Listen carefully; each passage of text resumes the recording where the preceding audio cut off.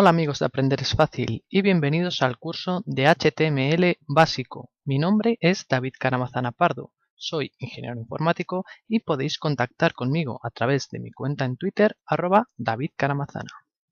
En el vídeo pasado explicamos la arquitectura cliente-servidor del tema de los formularios. ¿Por qué es importante a la hora de explicar formularios la arquitectura cliente-servidor? Bien, porque desde el cliente sabemos que vamos a enviar peticiones al servidor para que nos devuelva páginas web, pero también podemos mandarle datos, ¿vale?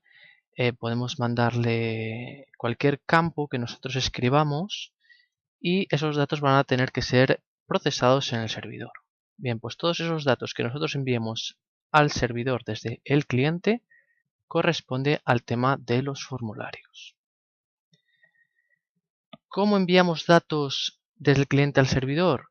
Bien, pues a través de los formularios decimos. Para eso existen dos métodos, el método get y el método post. ¿Qué diferencia hay entre ambos? Bueno, pues las vemos aquí. En primer lugar, con el método get, los datos van a ser visibles en la URL, donde van a aparecer como una dupla parámetro igual a valor. Sin embargo, con el método post, esos datos no van a ser visibles, sino que se van a codificar internamente y no van a poder visualizarse de ninguna forma. El método get tiene limitaciones de tamaño, sin embargo, el método post no. Y como los datos son visibles en la URL, mediante el método get podemos agregar a favoritos directamente esa dirección, cosa que con el método post no podemos. Pero como el método post no tiene límite tampoco de tamaño, nos va a permitir también enviar ficheros, cosa que el método get no nos permite. ¿Cuál es la etiqueta en HTML para enviar formularios? Pues lo vemos aquí. Es la etiqueta form. ¿De acuerdo?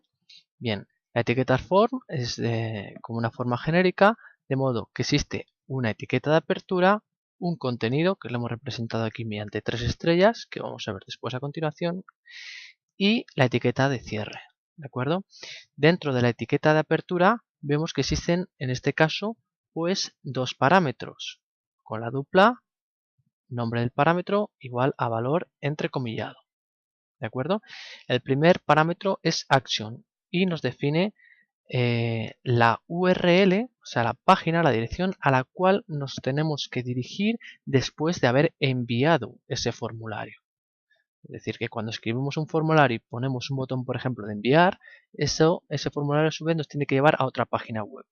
Pues esa página web es la que está definida en el parámetro action. ¿De acuerdo? Después, el siguiente parámetro obligatorio es el método, method, ¿de acuerdo? Que es el que decíamos antes. Puede ser get o puede ser post. Get si queremos que sea visible en la URL y post si queremos que no sea visible. Dentro del contenido, ¿qué podemos incluir? Pues vamos a verlo a continuación. Los campos más importantes, digamos, o más usados son los inputs o campos de entrada. Bien, algunos de los campos de entrada pues los vemos aquí. Pueden ser campos de texto, de modo que el tipo es type, o sea, en este parámetro de aquí es igual a text. Bueno, no lo he dicho, este tipo, los inputs, se escriben con la etiqueta que aparece aquí en rosita, es input.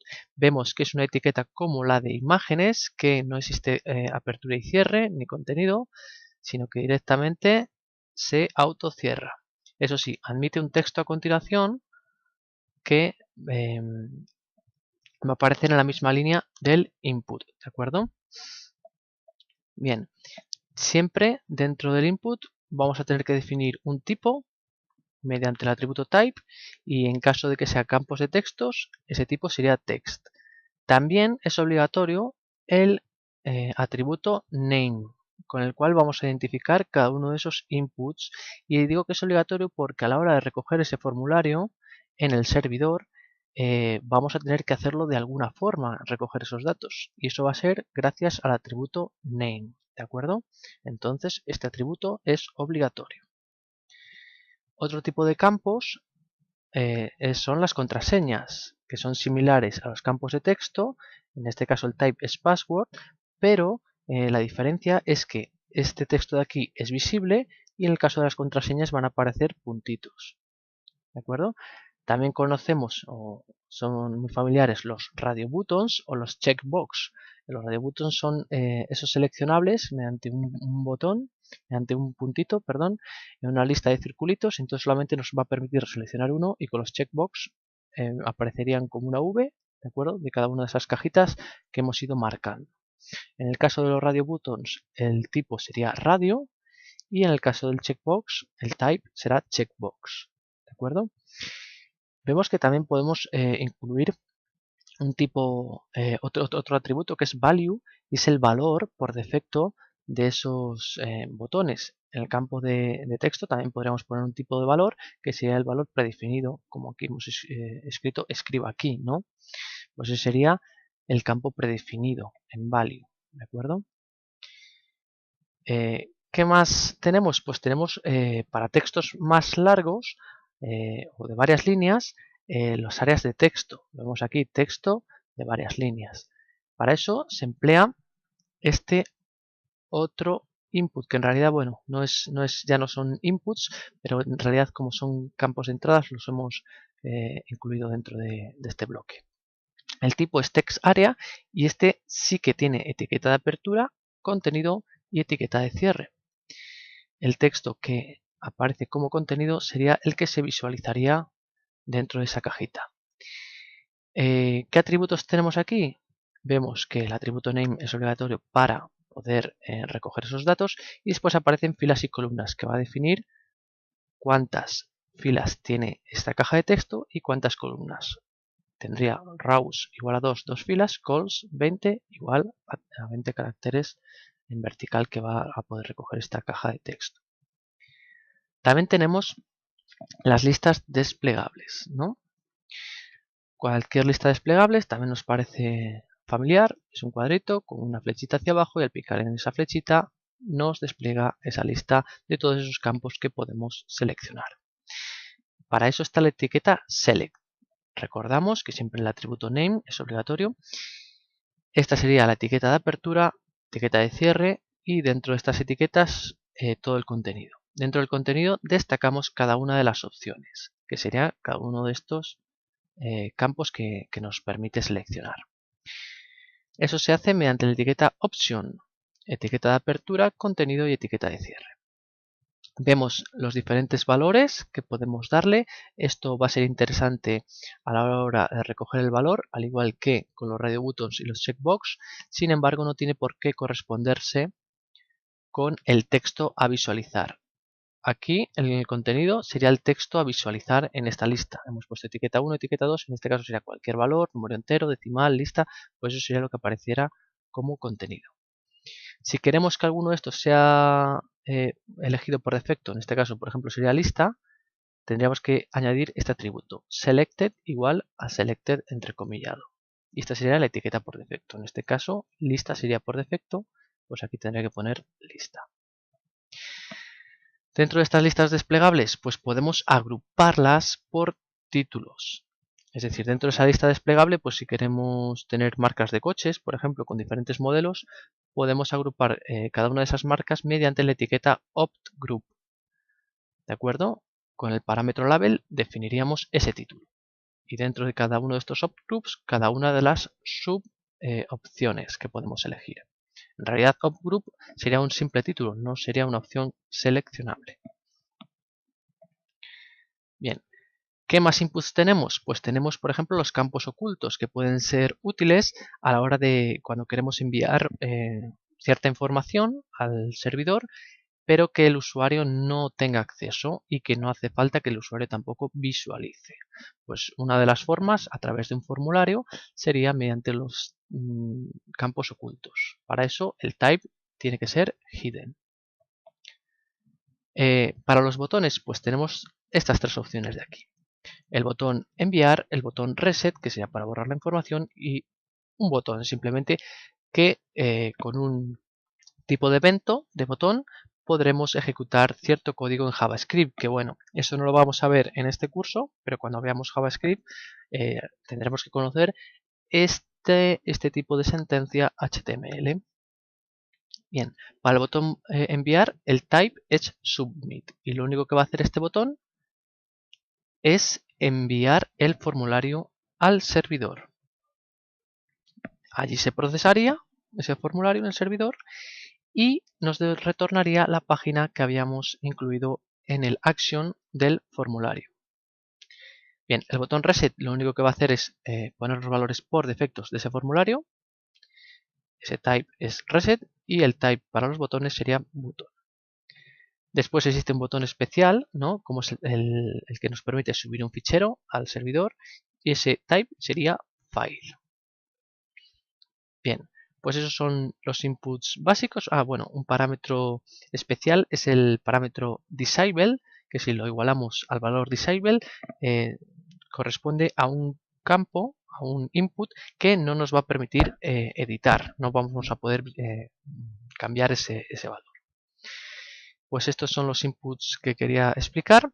Vamos a ver cómo mejorar una de las tantas mejoras que podemos hacer en cuanto a la usabilidad. O sea, para que sea más sencillo utilizar para el usuario y más cómodo, ¿no? Para eso existen las etiquetas labels. En lugar de poner textos sin más para cada uno de los inputs, es aconsejable utilizar los labels. Porque a la hora de picar encima de un cuadrito de texto, o encima de, por ejemplo, estos botones que son muy chiquititos, estos circulitos, podemos pinchar directamente encima del label, de la etiqueta. Entonces, para eso, cada uno de estos campos que vemos aquí, male y female, por ejemplo, lo podemos codificar como un label y que sería lo mismo actuar sobre el botón que sobre la palabra. Entonces es más cómodo para el usuario, ¿no? Quizás no tener que atinar en ese circulito y directamente en la palabra. Pues este es un ejemplo de usabilidad, ¿no? Una pequeña práctica muy sencillita. Para eso, en lugar de codificar estos textos como dentro del contenido sin más de un input, sería codificarlo mediante la etiqueta label. La etiqueta label vemos que tiene etiqueta de apertura, contenido, que sería el nombre de la etiqueta, y etiqueta de cierre. Vemos un valor, en principio, que vamos a usar obligatorio para que nos lo vincule esta etiqueta a este botón, y sería el atributo for. Y el valor que vaya aquí va a ser el del nombre, ¿de acuerdo?, del input. Bueno, en realidad el del nombre no, será el del ID, el del identificador. El del nombre, el del name, va a ser entendible por el servidor. Bien, lo vemos aquí en un ejemplo. Etiqueta label, que va a actuar sobre el ID mail, el valor es mail, que sería este de aquí, y cerramos esa etiqueta. A continuación, incluimos el input correspondiente, que sería un radio button, cuyo nombre va a ser el sexo de esa persona, y el ID que tiene que corresponder, como os decía, con el valor este for. Entonces me va a dar igual pinchar aquí que aquí para activar este radio button. ¿De acuerdo? Y bueno, el valor que por defecto le hemos dado, esto sería interpretable por el servidor, ¿no? Y exactamente igual para la etiqueta female. Muy bien.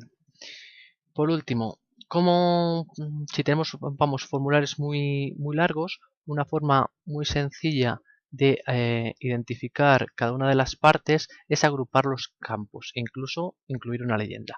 ¿Cómo lo vamos a hacer? Pues mediante estas dos etiquetas aquí. Field set para agrupar campos y legend para incluir leyendas. Este sería el código. Aquí en la parte de la izquierda lo vemos y en la parte de la derecha vemos lo que se visualiza. Vemos, por ejemplo, que los datos personales, nombre, apellidos y dirección, los podemos agrupar mediante la etiqueta field set. ¿De acuerdo? Si fuera únicamente esto el formulario, bueno, pues tendremos la etiqueta de apertura de forma, la etiqueta de cierre. Aquí vemos que faltan parámetros, pero bueno, esto está muy simplificado. Y este cachito de aquí se correspondería con este field set. Etiqueta de apertura, etiqueta de cierre y contenido. Dentro del contenido hemos incluido en primer lugar esta leyenda, que sería datos personales, recordamos etiqueta de apertura, contenido, etiqueta de cierre y a continuación cada uno de los inputs. Hemos escrito en este caso sin emplear labels, aunque sea recomendable, como os hemos dicho. Nombre, el input correspondiente, apellidos, el input correspondiente y dirección, el input correspondiente. Vemos aquí esta etiqueta especial que no he hecho mención de ella porque para la maquetación es mejor no usarla, que es BR. Vemos que no tiene etiqueta de cierre, si es autocerrada, ¿de acuerdo? Y es la de salto y retorno de carro. Salto de línea y retorno de carro, ¿de acuerdo? Será para pasar a la línea siguiente. Es mejor no emplearla y es más recomendable utilizar otro tipo de maquetación, ¿de acuerdo? Porque es más organizada, aunque en ciertos casos es bastante útil. Como por ejemplo para realizar código así muy sencillito y rápido. Bien, pues esto es todo lo necesario que debemos conocer en cuanto a formularios en la parte del cliente relacionado con el código HTML. Más adelante veremos cómo controlar ciertos formularios mediante JavaScript y después cómo procesarlos en el servidor mediante PHP. Un saludo y hasta el próximo vídeo.